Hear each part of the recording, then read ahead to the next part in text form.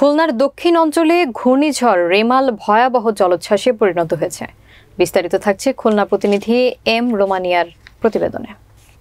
খুলনার দক্ষিণ অঞ্চল দাকপের বটবুনিয়া বাজার ধীরে ধীরে জলোচ্ছ্বাসে বিলীন হতে চলেছে।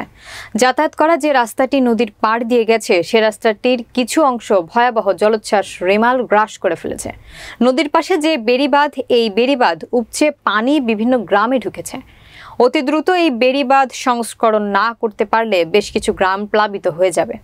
স্থানীয় ইউনিয়ন চেয়ারম্যান মোহাম্মদ জালাল গাজী বলেন, আমি তাৎক্ষণিকভাবে ভেঙে যাওয়া রাস্তার মেরামত করার জন্য চেষ্টা করছি।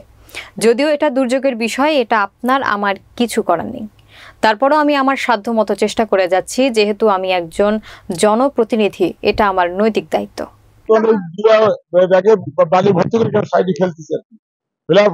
তারপরে এখানে কোনো মাটি নাই, হাসপাতাল মাটি নাই, দেখছেন তো আপনারা। এখন বর্ষায় বালি ভরে দিচ্ছি, দেখা যাক কত কি হয়, সেটি আমরা বলছি নিচ্ছি আপাতত।